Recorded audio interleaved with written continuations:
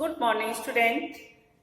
आज हम आपको कंचा पाठ पढ़ा रहे हैं। कंचा पाठ का कुछ अंश पढ़ाना चाहेंगे। आप ध्यानपूर्वक सुने। कंचा पाठ के माध्यम से लेखक ये बताना चाहता है कि किस तरह से छोटे बच्चों के मन में अनेक तरह की जिज्ञासाएं होती हैं, क्या करना चाहिए हमें, कैसे करना चाहिए। अनेक तरह की कल्पनाओं में वो खोए रहते हैं। उसी तरह की कल्पना में एक अप्पू नाम का लड़का है जो खोया हुआ है, क्योंकि बच्चों को हर चीज नई लगती है और नई चीज को वह नए ढंग से करना भी चाहते हैं। इसी को लेखक ने लिखना चाहा है। अप्पू नाम का लड़का जो स्कूल में पढ़ता था, और जब स्कूल में जाता तो उसको बहुत सारी दुकानें रास्ते में मिलती थी। बच्चों को खेलने में बहुत अधिक इंटरेस्ट होता है, इसलिए उसको भी ऐसा लगा कि उसके साथ के बच्चे कंचों से खेलते हैं तो वो भी कंचों से खेले तो उसको अच्छा लगेगा। तो जब वो रास्ते में जा रहा था तो एक दुकान मिली जिसमें डिब्बे में भरे हुए बहुत सारे कंचे रखे थे। उसका मन उनको देखने के लिए लालायत हो गया। वह दुकान के पास गया और वहां जाकर के खड़ा हो जाता। बहुत देर तक उन कंचों को बहुत ध्यान से देखता रहता। जब वह उन कंचों को ध्यान से देख रहा होता उस समय वह ये कल्पना करने लगता है कि जैसे इतने सारे कंचों के बीच में वह खुद उसके अंदर घुस गया हो और घुस करके उन कंचों से खेल रहा है। इन्हीं कल्पनाओं में खोया हुआ वो कंचों को देख रहा था। शायद दुकानदार ने यह भांप लिया, इसलिए दुकानदार ने उसकी निद्रा को तोड़ा और कहा कि आपको कंचे खरीदना है। वो बोला नहीं, ऐसा कह करके वो वहां से चला गया। इसी तरह से छोटे बच्चे अनेक तरह की कल्पनाओं में खोए रहते हैं। वो ये देखना चाहते हैं कि आखिर में इससे होता क्या है। इसी पाठ को आगे देखिए आप। वह नीम के पेड़ों की घनी छांव में होता हुआ सियार की कहानी का मजा लेता आ जा रहा था। हिलते डुलते उसका बस्ता दोनों तरफ झूलता खनकता था। स्लेट कभी छोटी शीशी से टकराती तो कभी पेंसिल से। इस तरह से पेंसिल से स्लेट आपस में उसका बैग हिलता हुआ जा रहा था। ये वे सब उस बस्ते के अंदर टकरा रहे थे, मगर वह न कुछ सुन रहा था और न कुछ देख रहा था। क्यों सुन नहीं रहा था? क्योंकि वह अलग ही कल्पनाओं में खोया हुआ था। उसका पूरा ध्यान कहानी पे केंद्रित था। कैसी मजेदार कौवे और सियार की कहानी। बचपन में आपने कौवे और सियार की कहानी सुनी होगी, जिसमें कौवा और सियार कौवे को पागल बना करके उसकी रोटी खा लेता है। इस तरह की कहानी को वो सुनता जा रहा था। जब सियार कौवे से कहने लगता है कि तुम कोई गाना सुनाओ, तुम्हारी आवाज बहुत सुरीली है, तुम बहुत अच्छा गा सकते हो। कौवा टुकड़ा, एक रोटी का टुकड़ा लेकर के आता है। सियार के मन में ये लालच आता है कि क्यों ना उस रोटी के टुकड़े मैं लूं, पर लूं कैसे? वो कैसे देगा, क्योंकि वो तो पेड़ के ऊपर बैठा हुआ है। फिर वो उसकी बड़ाइयां करता है और इसके बाद कहता है तुम्हारी कितनी अच्छी आवाज है, तुम बहुत ही सुरीला गा सकते हो, तुम कोई गाना सुनाओ। इस तरह से उसको बहलाने का प्रयास करता है। कौवा अपनी बड़ाई सुन करके बहुत अधिक खुश हो जाता है और वो गाने लगता है। जैसे ही वो गाने के लिए अपनी चोंच खोलता है वो रोटी का टुकड़ा नीचे गिर जाता है और सियार उसको खा लेता है। इस तरह की कहानी को वह बड़े ध्यान से सुन रहा था। सियार कौवे से बोला, प्यारे कौवे गाना गाओ, तुम्हारा गाना सुनने के लिए तरस रहा हूँ। कौवे ने गाने के लिए मुंह खोला तो रोटी का टुकड़ा जमीन पर गिर गया। सियार उसे उठाकर 9-11 हो गया, क्योंकि वो उसका गाना सुनने के लिए नहीं आया था, बल्कि उससे रोटी का टुकड़ा लेने के लिए आया था। इसीलिए वो वहां से चला गया। वह जोर से हंसा, बुद्धू कौवा।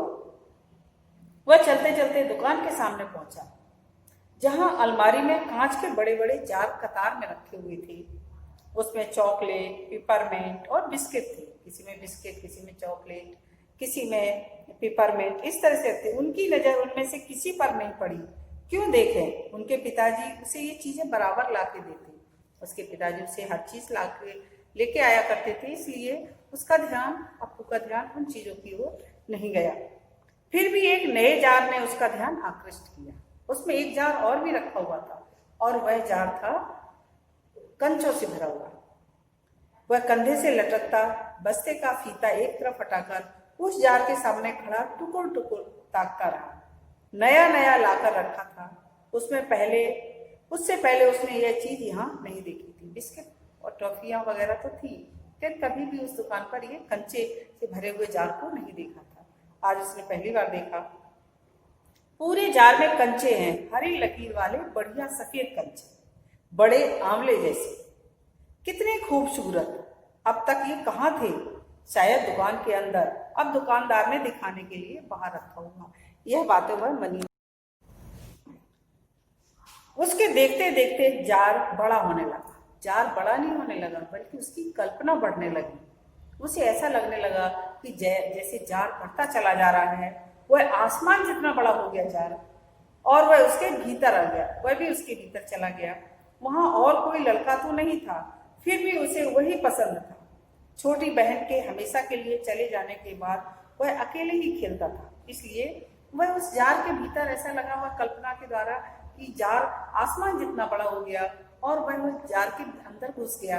और क्योंकि उसकी छोटी बहन की मृत्यु हो गई थी कुछ समय पहले, इसलिए तब से वो अकेला ही खेलता था। आज भी उसे ऐसा लग रहा था कि जैसे वह जार के अंदर जा करके और उन कंचों के साथ अकेला खेल रहा है। वह कंचे चारों तरफ बिखराता मजे से खेलता रहा। तभी एक आवाज आई, लड़के तू उस जार को नीचे गिरा देगा। वह चौंक उठा। जार अब छोटा बनता जा रहा था। छोटे जार में हरी लकीर वाले सफेद गोल कंचे, छोटे आंवले से, आंवले के समान छोटे छोटे से कंचे उसके अंदर रखे हुए थे, जो अप्पू को बहुत अच्छे लग रहे थे। सिर्फ 2 जने वहां थे, वह और बूढ़ा दुकानदार। वह था और एक दुकानदार था। दुकानदार के चेहरे पर कुछ चिड़चिड़ाहट थी। मैंने कहा ना, जो चाहते हो वह मैं निकाल कर दूं। वह उदास हो अलग खड़ा रहा। क्या कच्चा चाहिए? दुकानदार ने जार का ढक्कन खोलना शुरू किया। उसने निषेध से सिर हिला दिया, अर्थात उसने मना कर दिया, क्योंकि उसके पास पैसे नहीं थे तो वो कंचे कैसे खरीदता, इसलिए उसने मना कर दिया। तो फिर सवाल खूब रहा, क्या उसे कंचे चाहिए, क्या चाहिए, उसे खुद मालूम नहीं था। जो भी हो, उसे कंचे को छूकर देखा। जार को छूने पर कंचे का स्पर्श करने का उसे एहसास हुआ। अगर वह चाहता तो कंचे ले सकता था, लिया होता तो। इस तरह से वो मन में सोच रहा था। तभी स्कूल की घंटी बजी। स्कूल की घंटी सुनकर वह बस्ता थामे हुए दौड़ पड़ा। देर से पहुंचने वाले लड़कों को पीछे बैठना पड़ता है। उस दिन वही उसके बाद पहुंचा था, इसलिए घंटी बज चुकी थी। वही देर में पहुंचा था, इसलिए उसे पीछे बैठना पड़ा। वह चुपचाप पीछे की बेंच पर बैठ गया। सब अपनी अपनी जगह पर। रामन अगली बेंच पर, वह रोज समय पर आता। तीसरी बेंच के आखिरी में मल्लिका के बाद अम्मू बैठी है। जॉर्ज दिखाई नहीं दिया। लड़कों के बीच जॉर्ज ही सबसे अच्छा कंचे का खिलाड़ी था। जॉर्ज को वो इसलिए देख रहा था क्योंकि उसके मन में ऐसा हुआ कि वह कंचे खरीद ले, लेकिन कंचे यह खरीद भी लेगा तो उसको खेलना नहीं आता है। और जॉर्ज नाम का एक बालक था जो उसी की कक्षा में पढ़ता था। वह कंचों को अच्छी तरह खेलना जानता था। अब उसने मन ही मन सोचा कि वह कंचे खरीद लेगा तो वो खेलेगा कैसे, क्योंकि उसे खेलना नहीं आता है। उसने कहा क्यों ना जॉर्ज से दोस्ती कर लूं और उससे कंचे खेलना सीख लूं। कितना भी बड़ा लड़का उसके साथ खेले, जॉर्ज से मात खाएगा। हारने पर यूं ही विदा नहीं हो सकता। हारे हुए को अपनी बंद मुट्ठी जमीन पर रखनी होगी, तब जॉर्ज कंचा चलाकर बंद मुट्ठी के जोड़ों को तोड़ेगा। अर्थात एक पनिशमेंट मिलता था जो हार जाता था। जॉर्ज क्यों नहीं आया? अरे हाँ, जॉर्ज को बुखार है ना।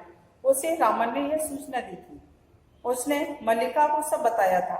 जॉर्ज का घर रामन के घर के रास्ते में पड़ता है। अप्पू कक्षा की तरफ ध्यान नहीं दे रहा था। इस तरह से अप्पू कंचों के ख्याल में खोया हुआ बैठा हुआ था।